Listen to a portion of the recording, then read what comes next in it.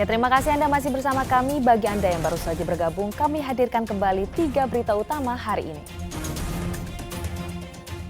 Kepergok mencuri di rumah kos Jalan Wijaya Kusuma, Kota Makassar. Seorang maling tewas dikeroyok massa.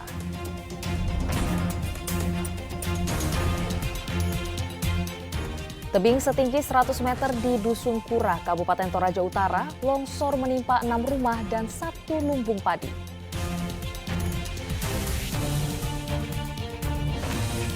Sejumlah pelajar di Sinjai menantang maut melintasi jembatan bambu mulai keropos yang menjadi penghubung utama menuju sekolah.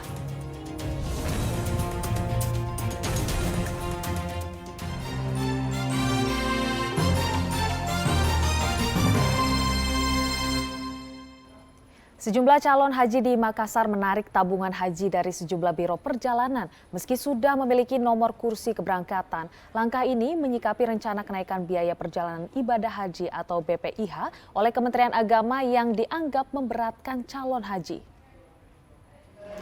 Rencana kenaikan biaya perjalanan ibadah haji atau BPIH oleh Kementerian Agama sebesar 98 juta rupiah dinilai memberatkan calon haji.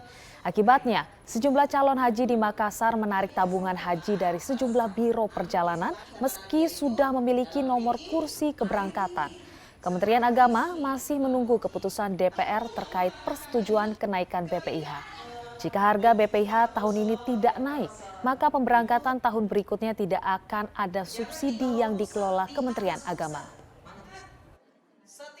Jamaah yang menarik dana setoran haji, ya, karena mungkin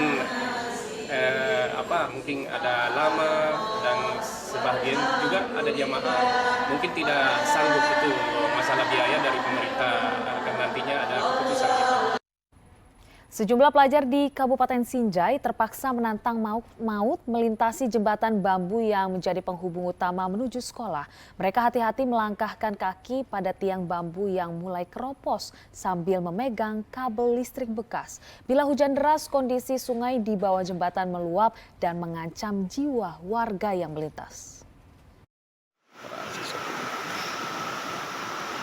Dari video amatir yang viral di media sosial, tampak perjuangan sejumlah pelajar di Kabupaten Sinjai harus melintasi jembatan bambu menuju sekolah. Video ini direkam orang tua yang mengantarkan anaknya di tepi jembatan bambu, terdengar berdoa sekaligus berterima kasih kepada warga yang membantu anaknya.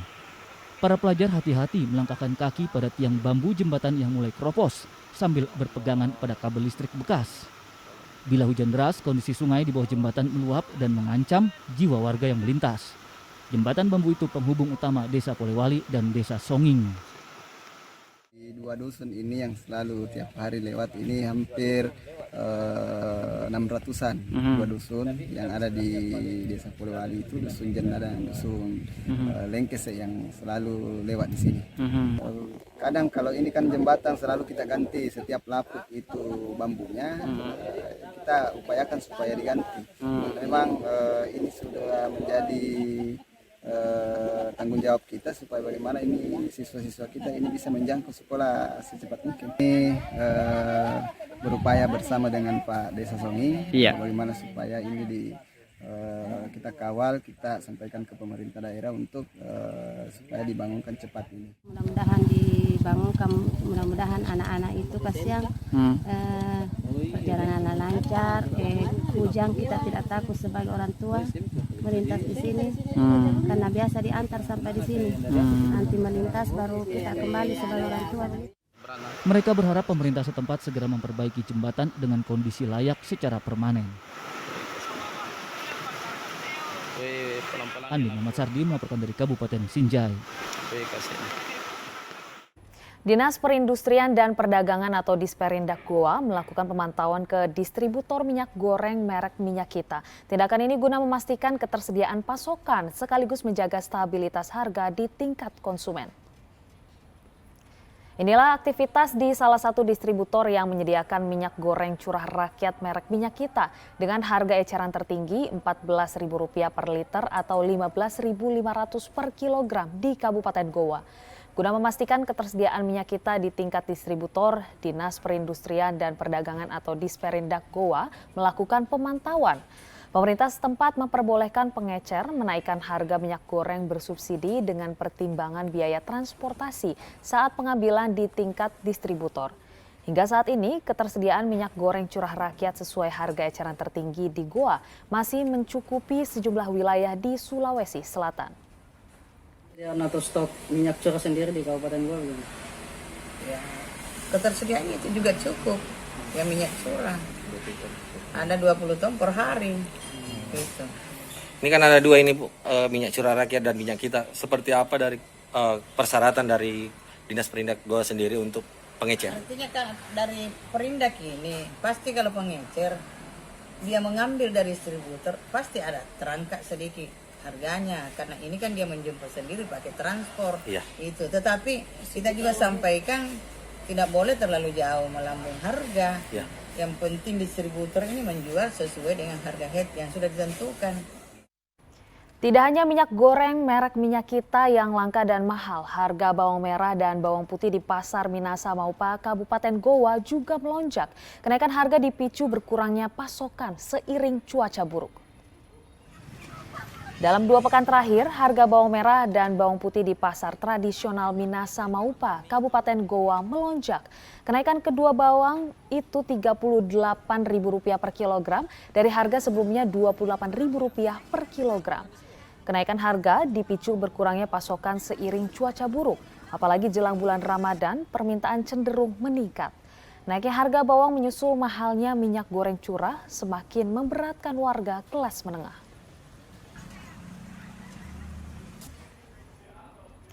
Tim seleksi Badan Pengawas Pemilihan Umum Sulawesi Selatan membuka pendaftaran bakal calon komisioner Bawaslu periode 2023-2028. Komisioner yang terpilih harus memiliki integritas tinggi, bukan titipan organisasi ataupun partai politik.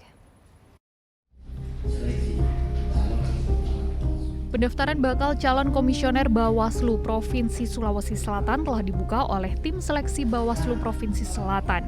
Masa jabatan 7 komisioner sebelumnya berakhir pada bulan Maret 2023 mendatang. Tim seleksi calon komisioner Bawaslu Provinsi Sulawesi Selatan memastikan komisioner Bawaslu yang akan terpilih nantinya harus memiliki integritas tinggi, bukan titipan orang organisasi manapun.